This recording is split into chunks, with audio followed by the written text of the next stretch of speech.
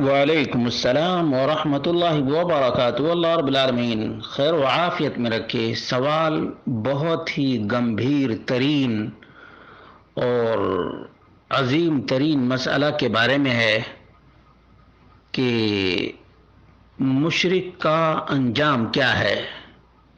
کیا مشرک کے لیے توبہ ہے؟ اس کا جواب یہ ہے کہ مشرک کا بہت ہی بھیانک ترین عذاب ہے اور بہت ہی بڑی وارننگ ہے۔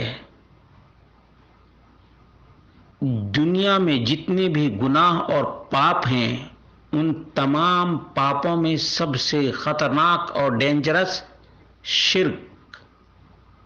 شرک ہے۔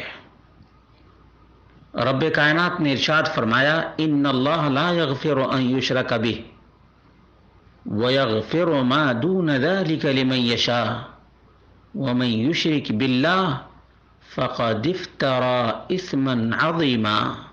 سورۃ النساء آیت نمبر 48۔ یقیناً اللہ رب العالمین شرک کو معاف نہیں کرے گا، اس کے علاوہ جس کے گناہ کو چاہے معاف کر دے، اور جو بھی شرک کرے گا اللہ پر بہت بڑا الزام لگائے گا اور بڑے پاپ کا ارتکاب کرے گا۔ دوسری جگہ اللہ رب العالمین نے فرمایا ان اللہ لا یغفر ان یشرک بہ ویغفر ما دون ذلک لمن یشاء ومن یشرک باللہ فقد ضل ضلالا بعیدا۔ مشرک دور کی گمراہی میں ٹامک ٹوئیاں مارتا ہے۔ سورۃ النساء آیت نمبر 116۔ جہاں تک توبے کی بات ہے تو جو صدق دل سے توبہ کرے گا اللہ رب العالمین اس کی توبے کو قبول فرمائے گا۔ چنانچہ اللہ رب العالمین نے سورۃ الفرقان میں ارشاد فرمایا ہے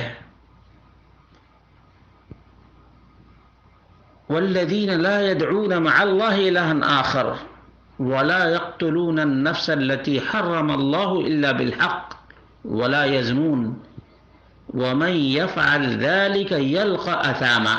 ومن يفعل ذلك یعنی جو شرک کرے گا، قتل کرے گا، یہ سب کے سب بڑے بڑے پاپی ہیں۔ يضاعف له العذاب يوم القيامة ويخلد فيه مهانا، ذلیل و رسوا ہوگا۔ إلا من تاب وآمن وعمل عملا صالحا۔ یہاں دیکھ لیجیے اللہ رب العالمین نے بہت بڑا کرم کیا کہ توبہ کا دروازہ کھول دیا۔ الا من تاب، ہاں جو شخص توبہ کر لے، ایمان لے آئے اور عمل صالح کرنے لگے، فاولئک یبدل اللہ سیئاتہم حسنات، تو ایسے توبہ کرنے والے کے توبے کو اللہ رب العالمین قبول بھی کرے گا اور ان کے پاپوں کو نیکیوں میں بدل دے گا۔ وَكَانَ اللَّهُ غَفُورًا رَحِيمًا، وَكَانَ اللَّهُ غَفُورًا رَحِيمًا۔ اسی طرح سے صحیح بخاری میں 4810، صحیح مسلم میں 122 نمبر کی روایت ہے۔ عبداللہ بن عباس راوی ہیں ان ناسا من اہل الشرک كانوا قد قتلوا واكثروا وزنوا واكثروا فاتوا محمد صلی اللہ علیہ وسلم فقالوا، بہت سے مشرکین نبی اکرم صلی اللہ علیہ وسلم کے پاس آئے، انہوں نے بہت ہی قتل کیا تھا اور بہت ہی زناکاری بدکاری کی تھی۔ آ کر انہوں نے عرض کیا اللہ کے رسول ان الذی تقول وتدعو الیہ لحسن لو تخبرنا ان لما عملنا کفارہ، جو کچھ تم بتا رہے ہو یہ سب تو بہت ہی بہتر ہے، اگر تم ہمیں یہ بتا دو کہ ہم نے جو کچھ کیا ہے، اتنا قتل کیا ہے، اتنا زنا کیا ہے، کیا اس کا کوئی کفارہ ہے؟ اللہ رب العالمین نے اس وقت یہ آیت نازل فرمائی والذین لا يدعون مع اللہ الہا آخر ولا يقتلون النفس التي حرم اللہ الا بالحق ولا يزنون ونزلت قل یا عبادی الذین اسرفوا على انفسهم لا تقنطوا من رحمت اللہ. دیکھا اللہ رب العالمین نے توبے کا دروازہ کھول رکھا ہے. جب شرک کرنے والے کے لیے توبے کا دروازہ کھلا ہے تو شرک سے نیچے گناہوں کے لیے بدرجہ اولا توبے کا دروازہ کھلا ہوا ہے. اسی لیے توبہ کرنے میں دیری نہیں کرنی چاہیے، اس لیے کہ ان سانسوں کا کوئی بھروسہ نہیں ہے، اس لیے توبہ کرنا چاہیے. یا ایھا الذین آمنوا توبوا الی اللہ توبۃ نصوحا. اسی طرح سے ترمذی کی 3540 نمبر کی روایت ہے اور حسن قرار دیا ہے. انس بن مالک رضی اللہ عنہ راوی ہیں، سمعت رسول اللہ صلی اللہ علیہ وسلم یقول، اللہ کے رسول صلی اللہ علیہ وسلم کو کہتے ہوئے سنا. قال اللہ تبارک و تعالی، اللہ تعالی بیان کرتا ہے، یا ابن آدم لو بلغت ذنوبک عنان السماء ثم استغفرتنی غفرت لک ولا ابالی.